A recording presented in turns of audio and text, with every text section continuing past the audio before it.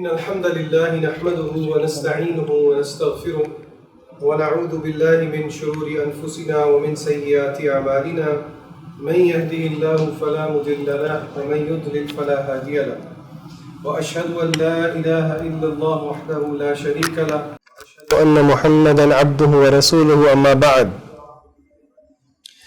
قال الله تبارك وتعالى في كتابه الكريم بعد أن أقول أعوذ بالله من الشيطان الرجيم بسم الله الرحمن الرحيم قل إني أمرت أن أعبد الله مخلصين له الدين رب اشرح لي صدري ويسر لي أمري واحلل عقدة من لساني يفقه قولي سبحانك لا علم لنا إلا ما علمتنا إنك أنت العليم الحكيم. الحمدللہ آج ہم تقریباً 2 ہفتوں کے بعد واپس ریزیوم کر رہے ہیں اور کلاس شروع کرنے سے پہلے کچھ 1-2 یاد دہانی کہہ لیں، ہارٹ ٹو ہارٹ نصیحت کہہ لیں. یہ جو ٹاپک ہم پڑھ رہے ہیں جو آج ہم نے شروع کرنا ہے، اور یہ پری ریکوزٹ ہے، آپ کو پتہ ہے ہم نے تفسیر شروع کرنی ہے جزء اما کی. یہ جو ٹاپک آج انشاءاللہ ہم نے پڑھنا ہے جو کہ بیسکلی قرآن مجید یا دینی علم حاصل کرنے کے لیے کچھ انٹرنل ٹریٹس ہیں، کچھ باطنی شرائط ہیں جو کہ ضروری ہیں، علماء نے لکھی ہیں. اس کے بغیر آپ قرآن مجید کے ساتھ اپنے تعلق کو، جسے ہمیں کہنا چاہیے آپٹیمائز نہیں کر سکتے، یا جو مقصود ہے اللہ تعالیٰ کی وہ اس لیول تک اچیو نہیں ہو سکتی. میں آپ کو ایک مثال دیتا ہوں اس کو سمجھانے سے پہلے، اور پھر میں آپ کو وہ جو 1-2 ڈسکلیمرز ہیں وہ بھی میں آپ کو دیتا ہوں. میں نے مجھے پہلی دفعہ جب موٹر سائیکل ملی، یہ بات ہے کالج کی، اسکول ختم ہونے کے بعد، تو بڑے بھائی کی بائک تھی، ابو نے مجھے دی. کوئی ایسا ہے جو کہ بائک ایسپرنٹ ہے، جس کو بائک ملنے کا شوق ہو؟ تو مجھے جب بائک ملی تو مجھے صرف یہ پتہ تھا اس میں پیٹرول ڈلتا اور کچھ نہیں ڈلتا. اچھا، کوئی تقریباً 6 ماہ گزرنے کے بعد میرے بڑے بھائی نے پوچھا یار وہ آئل چینج کروایا؟ میں نے کہا وہ کیا ہوتا ہے؟ پھر میں نے اللہ کا شکر کیا کہ میری بائک کا انجن سیز نہیں ہوا. تو وہاں سے پتہ لگا کہ بائک کے اندر، بائک چلنے کے لیے کافی چیزیں ضروری ہیں. پہیے نہ ہوں گے تو بائک نہیں چلے گی، ہینڈل نہیں ہوگا تو بائک نہیں چلے گی، اور کچھ چیزیں اس طرح کی ہیں جو کہ اب ظاہری طور پہ نظر تو نہیں آ رہی، لیکن انجن آئل نہیں ہوگا، انجن سیل ہو جائے گی اور بائک کا کام تمام ہو جائے گا. بالکل اسی طرح قرآن مجید کو سمجھنے کے لیے، یا پھر اگر آپ اس سے میکسیمم فائدہ اٹھانا چاہ رہے ہیں، دیکھیں یہ فرق کیوں ہے. قرآن مجید عام کتاب نہیں ہے، یہ اللہ کی وحی ہے. یعنی کہ اگر پوری دنیا کے اندر آپ کیٹیگرائزیشن اس طرح کرنے کی کوشش کریں، قرآن مجید ہم سب میں سے مخلوق نہیں ہے. قرآن مجید کیا ہے؟ اللہ کا کلام ہے، اللہ کی صفت ہے. اسی لیے وہ عام ایکیڈیمک کتابوں سے مختلف ہے. وہ تقاضا کرتی ہے کہ آپ کے اندر کچھ ٹریٹس ہوں جن کی وجہ سے آپ کو وہ میکسیمم بینیفٹ دے سکے، اور وہ بینیفٹ نیسیسریلی مٹیریل ٹرمز میں نہیں ہے، وہ اسپرچول ٹرمز میں ہے. کیونکہ بنیادی طور پہ قرآن مجید جو ہے وہ میرے اور آپ کی روحانیت کے لیے ہے، ہدایت کے لیے بھی آیا ہے، لیکن اسپرچول ایسپیکٹ دیتا ہے وہ ہمیں، اپارٹ فرام ایکیڈیمک ایسپیکٹ. اور آپ یقین کریں، میں نے ذاتی طور پہ خود یہ جو سارے ٹاپکس میں نے آپ کو بتانے ہیں، جتنا ان سے فائدہ اٹھایا اتنا میں نے کسی چیز سے فائدہ نہیں اٹھایا. اور ہمارے اساتذہ نے اس چیز پہ زور دیا. مجھے یاد ہے ہم نے بھی جب تفسیر شروع کرنی تھی تو پہلی کلاس، دوسری کلاس، تیسری کلاس، میں ان سے کہتا تھا آپ شروع ہی نہیں کر رہے، آپ نے اور ٹاپک شروع کر دیے. وہ کہتے تھے کہ یہ اصول رہا ہے علماء کا، ان کا طریقہ رہا ہے کہ وہ یہ چیزیں بڑی تسلی سے سمجھاتے تھے، اور اس کا فائدہ اینڈ پہ سمجھ میں آتا ہے. کیونکہ اگر آپ ڈائریکٹلی شروع کر دیں تو آپ نے اکثر دیکھا نا، کتابوں کے بیچ میں کوئی بک شروع ہوتی ہے تو شاید وہ ڈائریکٹ چیپٹر 1 سے شروع نہیں ہوتی، اس کا کوئی پری فیس ہوتا ہے، کوئی انٹروڈکشن ہوتا ہے. تو آپ کے سامنے ٹوٹل جو انشاءاللہ میں نے پلان کیا وہ 16 ٹریٹس ہیں. ویسے تو ماشاءاللہ آپ لوگ کم ہی نوٹس لیتے ہیں، لیکن میں آپ کو کہوں گا اپنے موبائل نکال لیں، اور پہلے میں آپ کو صرف یہ 16 کے 16 ٹریٹس گنواؤں گا، پھر ہم انشاءاللہ باری باری ان پہ بات کریں گے. اور یہ ایک سیشن میں نہیں ہوگا، یہ 2-3 سیشن لگیں گے اس پہ انشاءاللہ.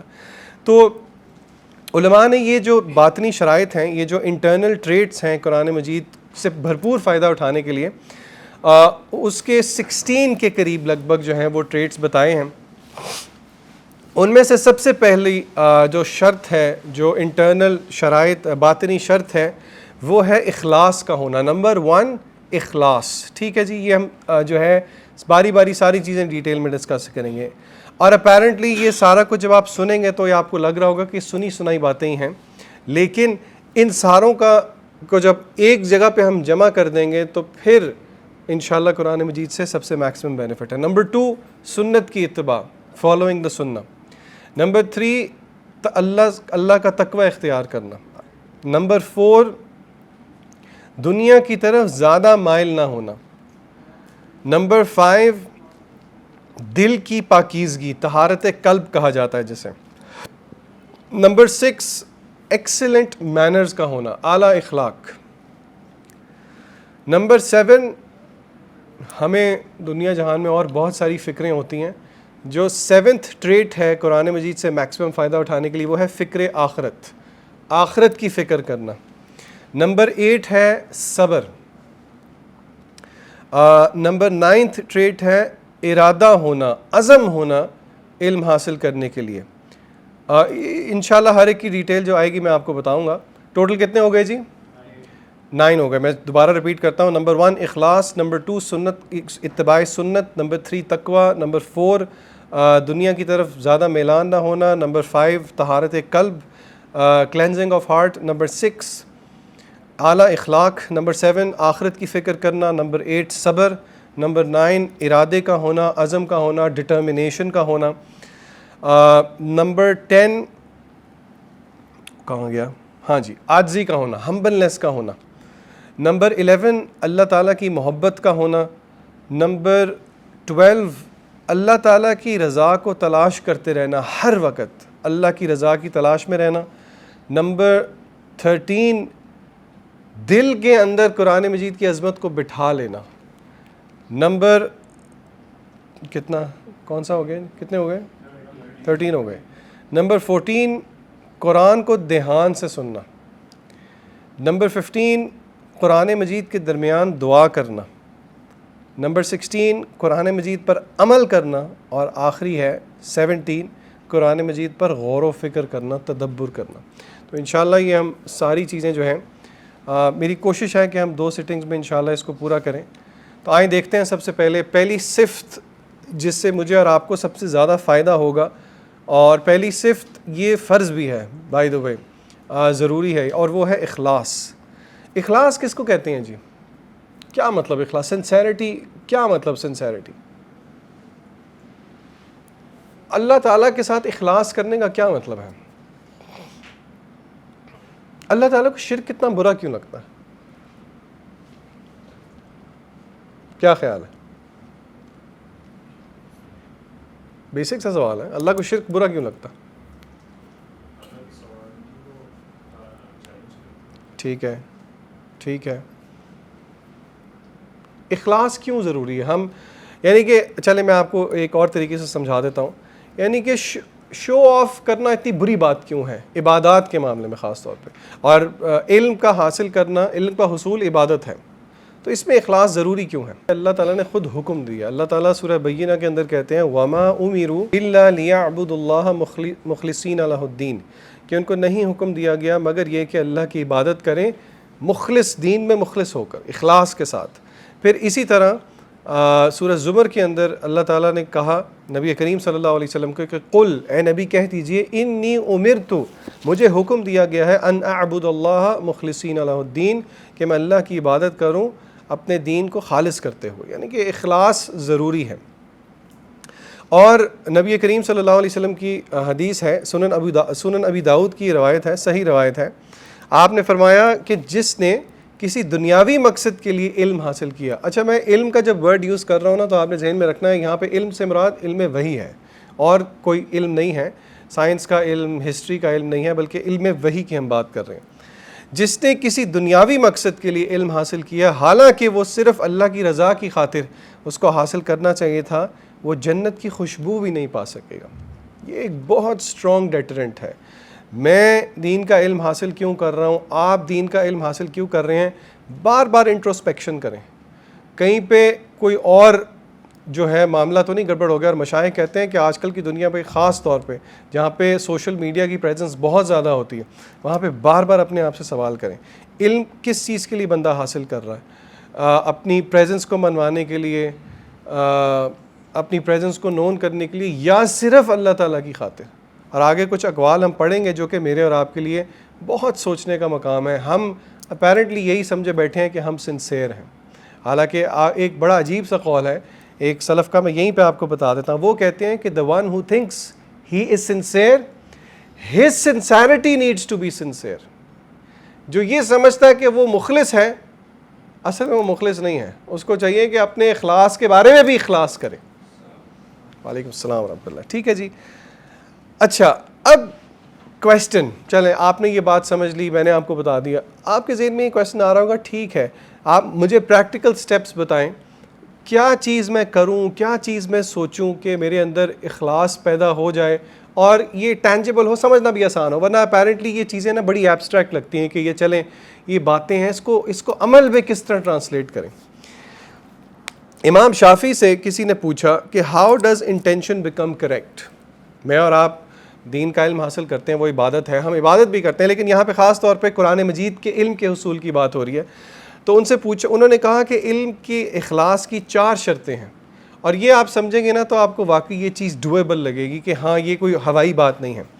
امام شافعی رحمہ اللہ کہتے ہیں کہ علم کے اخلاص کی 4 شرائط ہیں۔ کیا مطلب؟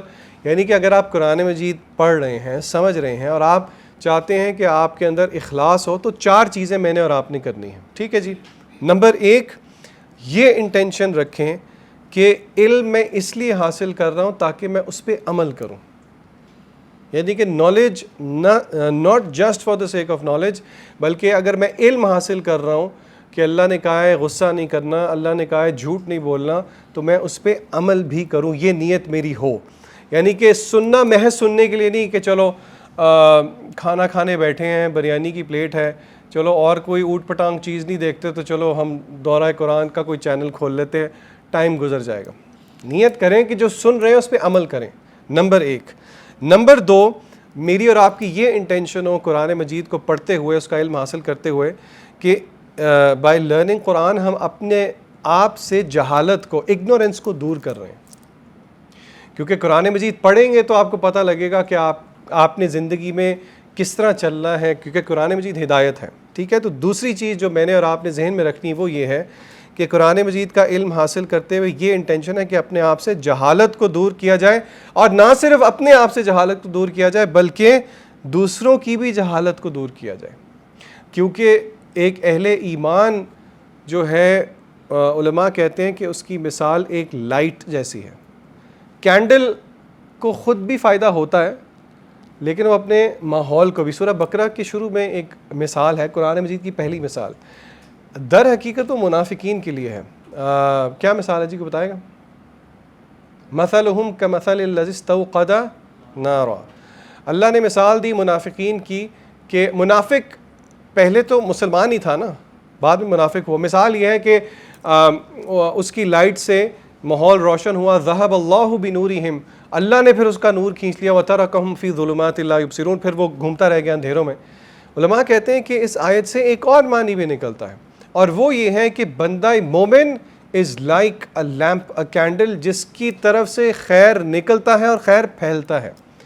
اسی لیے میرے شیخ رحمہ اللہ کہا کرتے تھے کہ آپ نے یہ نیت رکھنی ہے کہ آپ وہ خیر کا لیمپ ہوں، وہ لائٹ ہوں جس سے لائٹ پھیلے۔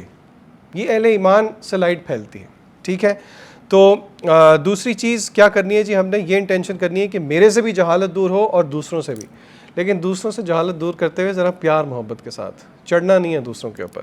نمبر 3، آپ یہ انٹینشن رکھیں کہ میں قرآن مجید کا علم اس لیے حاصل کر رہا ہوں کہ میں اتباع کروں شریعت محمدی کی صلی اللہ علیہ وسلم، یعنی کہ you intend to follow the sharia. اس کو آپ پہلے نقطے کے ساتھ بھی دیکھ سکتے ہیں، لیکن امام شافعی نے اس کو ایک 3rd کیٹیگری میں کیا۔ اور نمبر 4، آپ قرآن مجید کا علم حاصل کرتے ہیں ٹو ڈیفینڈ دا شریعہ، اللہ کے دین کی حفاظت۔ کیا مطلب اللہ کے دین کی حفاظت؟ اللہ کے دین کو ہمارے حفاظت کی ضرورت ہے نہیں ہے؟ ان تنصر اللہ ینصرکم ویثبت اقدامکم، ایسی آیات بھی ہیں۔ دیکھیں، ایسینشلی اللہ تعالیٰ کو ضرورت نہیں ہے کہ اللہ تعالیٰ معاذ اللہ محتاج ہے کہ اللہ کے دین کی مدد ہو، لیکن اللہ نے یہ ایک ٹیسٹ رکھا ہے. اللہ نے کہا ہے ان تنصروا اللہ ینصرکم، تم اللہ کی مدد کرو گے یعنی کہ اللہ کے دین کی مدد کرو گے تو اللہ تمہاری مدد کرے گا. ویثبت اقدامکم، اللہ تمہیں ثابت قدم رکھے گا. تو شریعت کو ڈیفینڈ کرنا، یہ 4 انٹینشنز اگر آپ ذہن میں رکھیں گے تو امام شافعی رحمہ اللہ کہتے ہیں کہ آپ کی انٹینشن کریکٹ ہو جائے گی.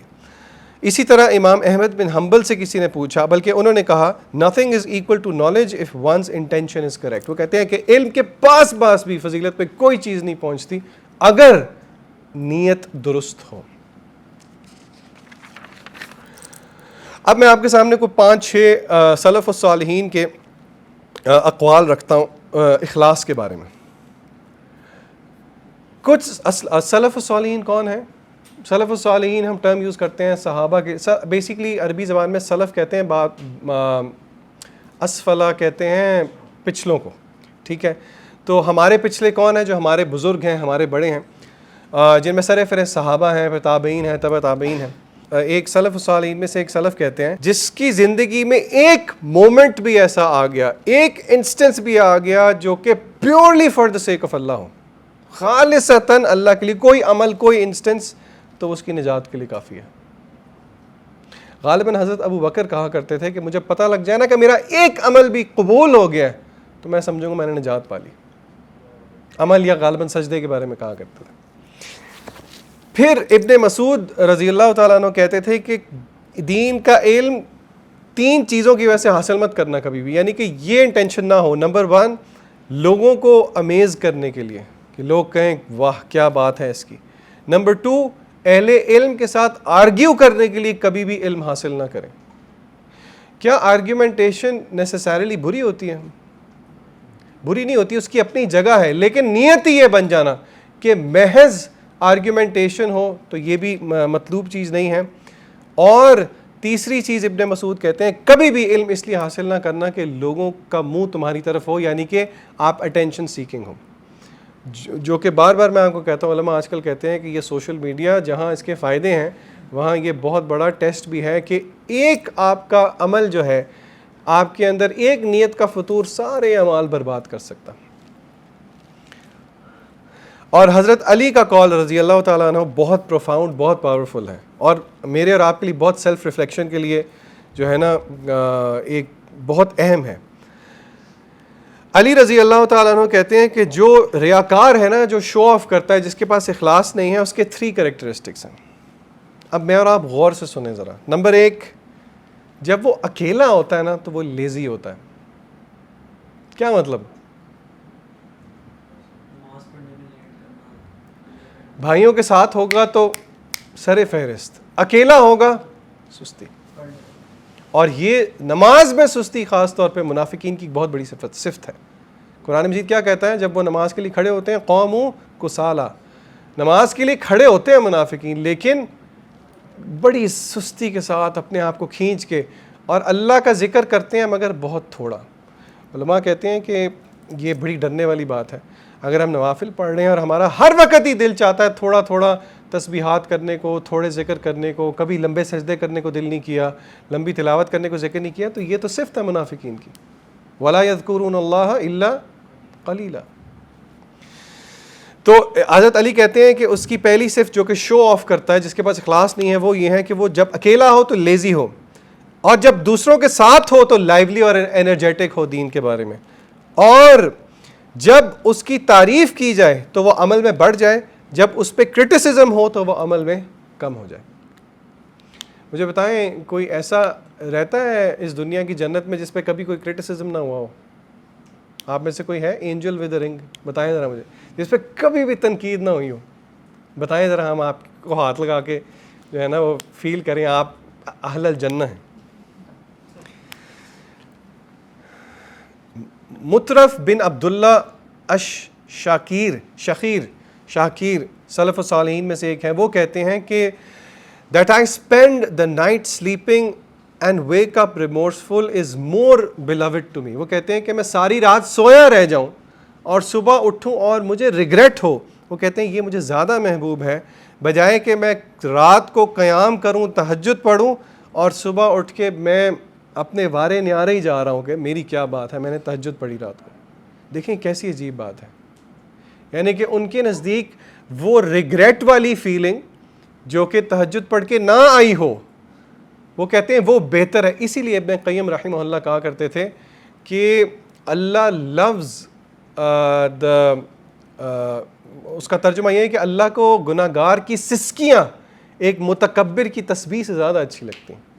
یعنی کہ آپ تسبیح تو کر رہے ہیں لیکن ساتھ ساتھ تکبر آ رہا ہے، اور بجائے کہ گناہ گار ہے اس کی کبیرہ گناہوں میں ڈوبا ہوا ہے لیکن اس کو ریگریٹ ہے، اس کو سمجھ نہیں آ رہی، وہ اس کی یہ کیفیت، تذلیل کی کیفیت اللہ کو زیادہ پسند ہے. کیونکہ دیکھیں یہ بات ذہن میں رکھیں، ہم اللہ کے کیا ہیں؟ عبد ہیں.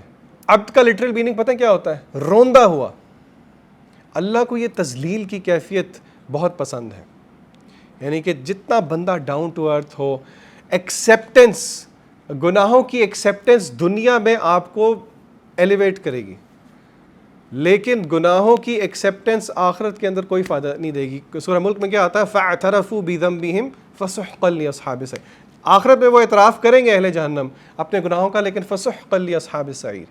اسی لیے آپ سید الاستغفار دیکھیں تو اس دعا میں کیا آتا ہے؟ فَاعْتَرَفُوا بِذَنبِهِمْ، یعنی کہ آپ اعتراف کرتے ہیں اپنے گناہوں کا بھی. تو یہ بات ذہن میں رکھیں، گناہوں سے کوئی دھلا نہیں ہوتا. سنسیرٹی کا تقاضا یہ ہے، آپ باقیوں کو الو بنا سکتے ہیں، اور اللہ معاف کرے کبھی کبھی ہم اپنے آپ کو بھی یہ فول بنانے کی کوشش کر رہے ہوتے ہیں. یہ آیت ذہن میں رکھیں، ہم اپنے آپ کو بھی دھوکہ دے سکتے ہیں، اللہ کو دھوکہ نہیں دے سکتے. اور پھر امام سفیان الثوری کا بہت مشہور قول ہے. امام سفیان الثوری کے بارے میں کسی کو پتہ؟ کسی کو کچھ پتہ؟ کسی کو کچھ نہیں پتہ؟ سلف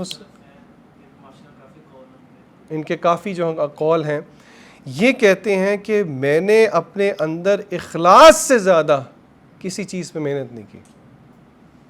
یہ امام سفیان الثوری کہہ رہے ہیں. تو اسی لیے یہ بات ذہن میں رکھیں، بائی ڈیفالٹ ہمیشہ اس چیز کی میں اور آپ ضرورت محسوس کرتے رہنا چاہیے ہمیں کہ ہمارے اندر اخلاص نہیں ہے. کانسٹنٹلی عمل سے پہلے نیت کریں، کوشش کریں اخلاص ہو، عمل کرتے ہوئے، اور سب سے ضروری عمل کرنے کے بعد بھی عمل کو بچائیں. عمل کرنے کے بعد عمل کیسے بچتا؟ عمل کرنے کے بعد آپ سوچ کے اس کے بارے میں آپ کے اندر ہاٹینس اور کبر آئی جا رہا ہے کہ میری کیا بات تھی. اللہ تعالیٰ کو یہ چیز بالکل پسند نہیں. اس لیے علماء کہتے ہیں کہ عمل کرنے سے پہلے بھی اس کو بچائیں، کرتے بھی بچائیں، اور بعد میں بھی بچائیں. اچھا جی، اگلی جو صفت ہے وہ ہے اتباع سنت. یہ ٹاپک اکثر و بیشتر آتا رہتا ہے لیکن اس کو آج ہم ایک ٹیکنیکل پرسپیکٹیو سے دیکھیں گے. قرآن مجید کی ایک آیت ہے، یہ سورہ نساء کی آیت نمبر 115 ہے. آیت کا ترجمہ اگر آپ نوٹ نہیں کر رہے، یہ ریفرنس ضرور نوٹ کریں. سورہ نمبر 4 ہے، آیت نمبر 115 ہے. میں آپ کے سامنے آیت پڑھتا ہوں، پھر اس کے ترجمے پہ ہم غور کرتے ہیں. اللہ تعالیٰ کہتے ہیں وَمَن يُشَاقِقِ الرَّسُولِ مِن بَعْدِ مَا تَبَيَّنَ لَهُ الْهُدَى. اس کا ترجمہ ہے کہ جو بھی کانٹرڈکٹ کرے گا، whoever contradicts and opposes the messenger علیہ السلام after the right path has been clearly shown to him. جو اللہ کے رسول کو اپوز کرے گا اس کے بعد کہ اس کو ہدایت کا راستہ کلیئرلی دکھا دیا ہو. وَيَتَّبِعْ غَيْرَ سَبِيلِ الْمُؤْمِنِينَ، اور فالو کرے گا other than the believers way. اللہ تعالیٰ فرماتے ہیں نولیہ ما تولی ونسلیہ جہنم وساءت مصیرا، ہم اس کو رکھیں گے اسی راستے پہ، اسی پاتھ پہ جو اس نے اپنے لیے چوز کیا ہے، اور پھر ہم اس کو جہنم کے اندر جھونک دیں گے، بہت ہی برا وہ ٹھکانہ ہے. اب یہ آیت بڑی سمپل ہے، ترجمہ میں نے آپ کے سامنے رکھ دیا، لیکن اس میں شیخ البانی رحمہ اللہ کہتے ہیں کہ اس میں دو چیزیں نوٹ کرنے والی ہیں. آیت کا ترجمہ میں آپ کے سامنے دوبارہ رکھتا ہوں، دو امپورٹنٹ چیزیں نوٹ کرنے کی کوشش کریں بیچ میں. انگلش میں آپ کے سامنے ترجمہ رکھ رہا ہوں. whoever contradicts and opposes the messenger علیہ السلام after the right path has been made clearly shown to him and follows other than the believer's way, we shall keep him in the path that he has chosen and burn him in hell. بہت وساعت مسیرہ، what an evil destination. کون سی دو چیزیں آپ کو لگ رہی ہیں اس میں ہیں؟ شیخ البانی کہتے ہیں نمبر ایک تو بہت کلیئر چیز ہے اس آیت میں کہ جو بھی اللہ کے رسول کی مخالفت کرے گا. اگر یہ آیت اس طرح ہوتی، غور سے سنیں، وَمَن يُشَاقِقِ الرَّسُولَ مِن بَعْدِ مَا تَبَيَّنَ لَهُ الْهُدَى، جو اللہ کے رسول کی مخالفت کرے گا اس کے بعد کہ اس کو ہدایت دے دی گئی، نولیہ ما تولی، اس کو ہم جہنم کے اندر جھونک دیں گے اور وہ بہت برا ٹھکانہ ہے۔ کیا مفہوم پورا نہیں تھا؟ مفہوم پورا تھا۔ اگر میں نے بیچ میں سے ایک پورشن سکپ کیا ہے، جو میں نے پورشن سکپ کیا ہے وہ کیا ہے؟ وَيَتَّبِعْ غَيْرَ سَبِيلِ الْمُؤْمِنِينَ، جو اللہ کے رسول کی مخالفت کرے گا صلی اللہ علیہ وسلم، اور کون سا راستہ اپنائے گا؟ Other then the believers. یہاں پہ بلیورز کون ہیں؟ قرآن مجید کے الفاظ ہیں غیر سبیل، سبیل راستے کو کہتے ہیں، غیر سبیل المؤمنین۔ یہاں پہ مؤمنین کون ہیں؟ یہاں پہ مؤمنین ایسینشلی کون ہیں؟ صحابہ ہیں۔ اس دور میں اہل ایمان کون تھے؟ صحابہ تھے۔ تو یہاں سے یہ پتہ لگا کہ میرے اور آپ کے لیے، اب دیکھیں ہم نے بہت ساری احادیث بھی سنی ہیں جو کہ صحابہ کو فالو کرنے کی امپورٹنس پہ ہیں، لیکن یہاں پہ دیکھیں قرآن مجید کی آیت سے یہ بات ثابت ہو رہی ہے، کلیئرلی قرآن مجید کہہ رہا ہے۔ آپ خود دیکھیں قرآن مجید کب نازل ہوا؟ آپ صلی اللہ علیہ وسلم کے دور میں نازل ہوا۔ اس دور کے اہل ایمان کون تھے؟ کون تھے؟ صحابہ کرام تھے۔ تو قرآن مجید کی اس آیت سے المؤمنین سے مراد صحابہ کرام ہیں، ٹھیک ہے؟ تو اس سے یہ پتہ لگا کہ پہلی بات ثابت ہو گئی کہ بلیورز یہاں پہ صحابہ ہیں۔ صحابہ ہیں تو اس میں کون سی اتنی امپورٹنٹ بات ہے؟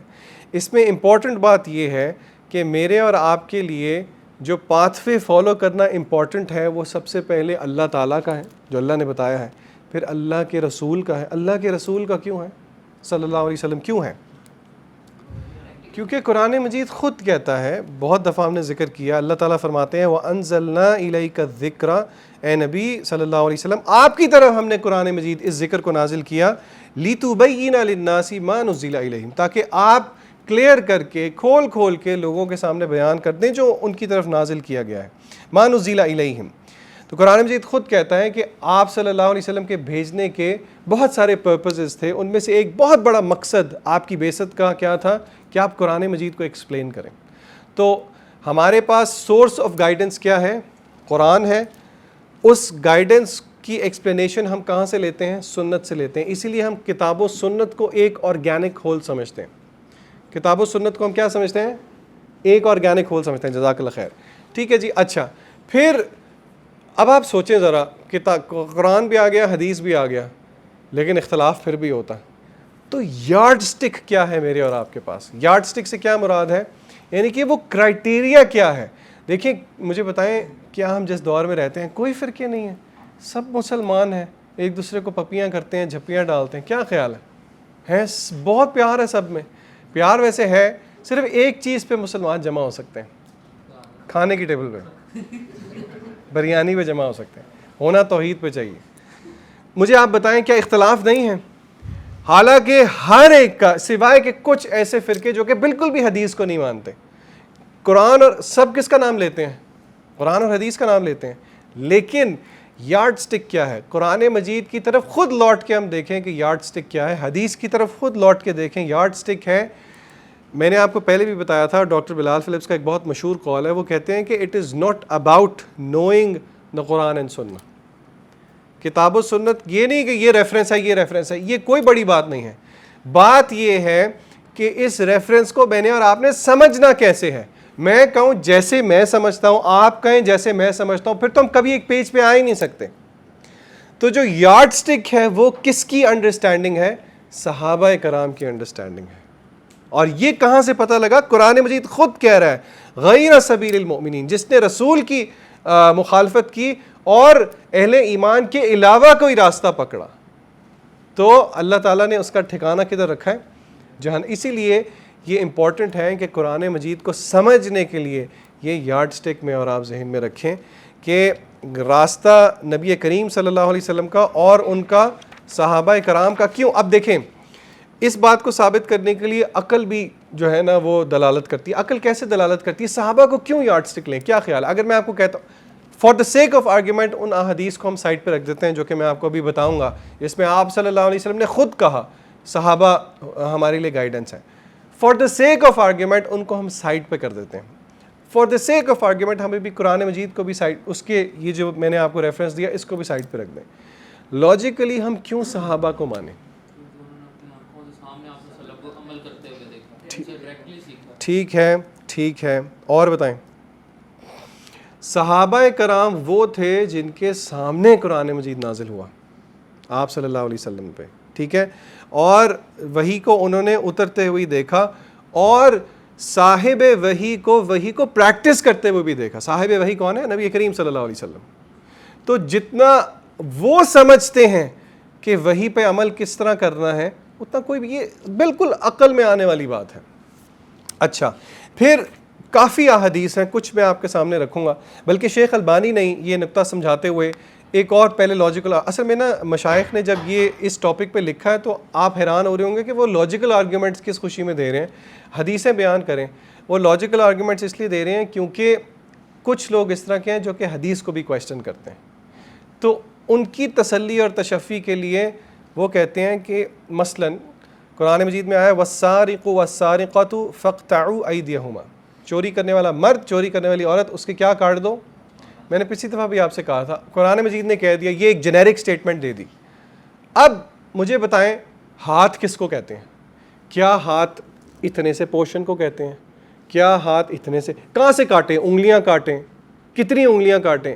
یہاں سے کاٹیں, یہاں سے کاٹیں, یہاں سے کاٹیں, یہاں سے کاٹیں. یہ بازو تو ہمارے اردو عرف میں ہے, قرآن مجید نے کہا فاقطعوا ایدیہما, ان دونوں کے ہاتھ کاٹو.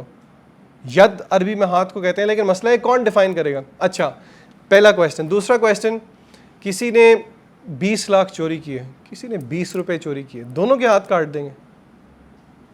کسی نے M&M's چوری کر لی جا کے اسٹور سے, بھوک لگی تھی بڑی, بھوک لگی ہوتا ہے, M&M چوری نہیں ہوتی.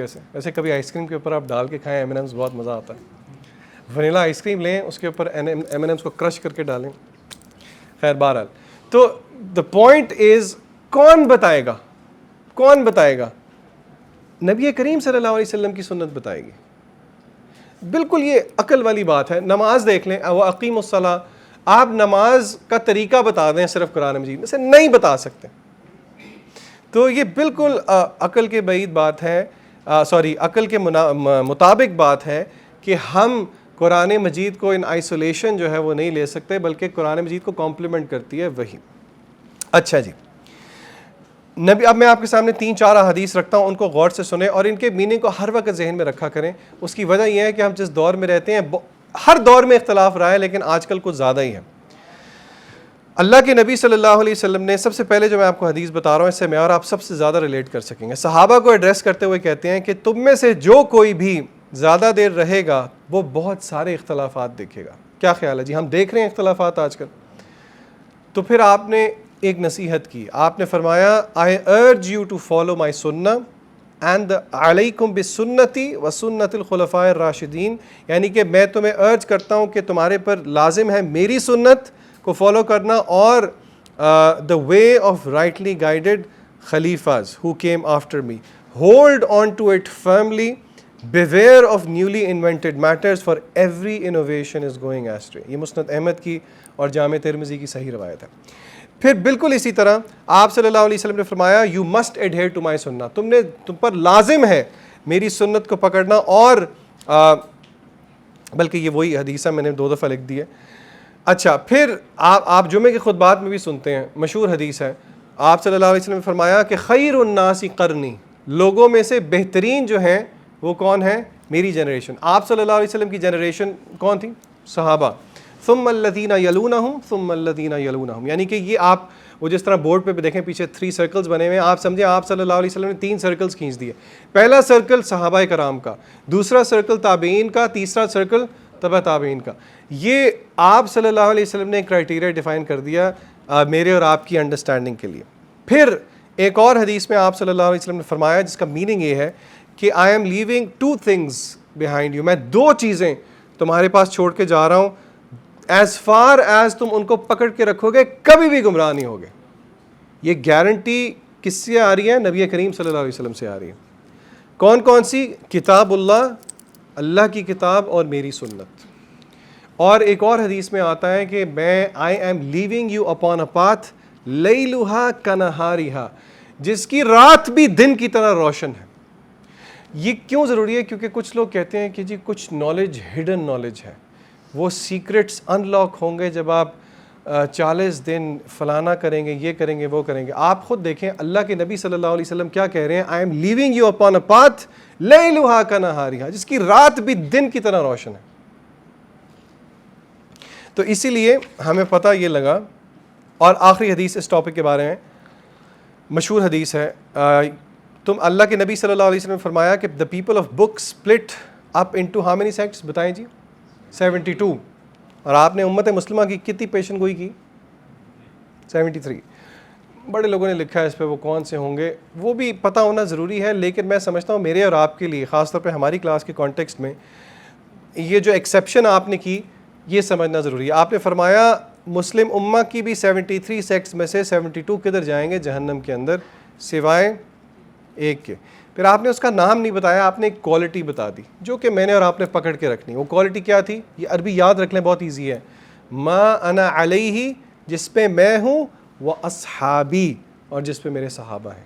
یہ اگین یہ وہ یارڈ سٹک ہے جو کہ نبی کریم صلی اللہ علیہ وسلم نے مجھے اور آپ کو دی. اسی لیے یہ دوسرا مینر قرآن مجید کے صحیح فہم کا، وہ یہ پہلا کیا تھا جی؟ اخلاص تھا.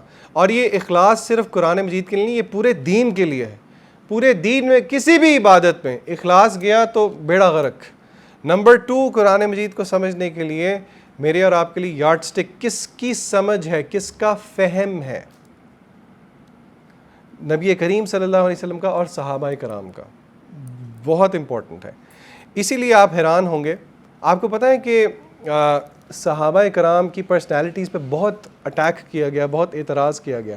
آپ کو پتہ ہے جس صحابی پہ سب سے زیادہ اعتراض ہے وہ کون ہے؟ حضرت ابو ہریرہ رضی اللہ تعالیٰ عنہ. آپ کو پتہ ہے کیوں؟ کیونکہ سب سے بڑے راوی وہ ہیں، اور ان پہ اٹیک کرنے کی کوشش کی گئی، ان کی پرسنالٹی کو ملائن کرنے کی کوشش کی گئی، لیکن اللہ تعالیٰ عزت رکھنے والا ہے. ٹھیک ہے جی. تو یہ دوسری صفت تھی. میرے پاس 5 منٹ ہیں، میرے خیال سے اس کو ہم یہیں پہ ختم کرتے ہیں. آج ذرا کلاس سٹارٹ ہوتے ہوئے تھوڑی لیٹ ہو گئی. انشاءاللہ باقی جو ہیں، باقی پہلی 2 پہ ذرا ٹائم کافی لگ گیا، باقی کو انشاءاللہ ہم جو ہے وہ سپیڈ پہ دیکھیں گے. تو اللہ تعالیٰ سے ہم دعا کرتے ہیں کہ اللہ تعالیٰ جو ہے ہمیں اخلاص کی دولت سے مالا مال کرے. ہمیں یہ سمجھنے کی توفیق دے دے کہ ہمارے پاس اخلاص نہیں ہے، اس کے لیے محنت کرنے کی ضرورت ہے. بار بار انٹروسپیکشن کرتے رہیں کہ اخلاص کی ضرورت ہے. اسی لیے اس کے لیے بہت مشہور دعا بھی ہے. کسی کو یاد ہے کون سی دعا ہے اخلاص کے لیے؟ اللہم انی اعوذ بک ان اشرک بک وانا اعلم واستغفرک لما لا اعلم. یہ آپ حصن المسلم میں سرچ کر کے دیکھ لیں. مائنر شرک سے بچاؤ کے لیے، ریاکاری سے بچاؤ کے لیے دعا ہے. یہ کثرت کے ساتھ پڑھا کریں. یہ خاص طور پہ یہ مسنون دعا ہے اس عمل سے، ریاکاری سے بچنے کے لیے. اور ہم اللہ تعالیٰ سے دعا کرتے ہیں کہ اللہ تعالیٰ ہمیں صحیح فہم بھی عطا فرمائے. بیکاز اللہ تعالیٰ نے قرآن مجید میں کہا ہے کہ قرآن مجید کے ذریعے سے یضل بہ کثیرا ویہدی بہ کثیرا، قرآن مجید کے ذریعے سے ہی اللہ بہت سوں کو گمراہ کرتا ہے اور بہت سوں کو ہدایت دیتا ہے. اللہ تعالیٰ سے ہم دعا کرتے ہیں کہ اللہم اکفنا بحلالک عن حرامک واغننا بفضلک عمن سواک. اللہ ہمیں ہماری کفایت کر دے، ہمیں سفائس کر دے حلال کے ساتھ. اور اس دعا میں حلال صرف مال نہیں ہے، سب کچھ ہے. اور اللہ تعالیٰ حرام سے ہماری حفاظت کر لے. اللہ تعالیٰ ہمیں نیکیوں کو ہمارے دلوں میں محبوب کر دے، گناہوں کو، فسق و فجور کو، اس کی نفرت ہمارے دل میں ڈال دے. اللہ تعالیٰ ہمارا خاتمہ جو ہے وہ اچھا فرمائے. اللہم انا نسألک حسن الخاتمہ. اور اللہ تعالیٰ ہمیں ہر وقت یہ فیلنگ دیتا رہے کہ موت قریب ہے. موت کو یاد رکھیں. جتنا موت کو یاد میں اور آپ رکھیں گے اتنا زیادہ ہم ڈنڈے کی طرح سیدھا رہیں گے. اللہ تعالیٰ ہمارا خاتمہ بھی خیر پر کرے، ہمیں قبر کے عذاب سے بھی محفوظ رکھے، جہنم کے عذاب سے بھی محفوظ رکھے. اور اللہ تعالیٰ ہمیں اپنی رحمت کے ساتھ جنت میں اکٹھا کر دے، اور یہ اللہ کی رحمت سے کوئی بعید نہیں ہے. وآخر دعوانا ان الحمد للہ رب العالمین.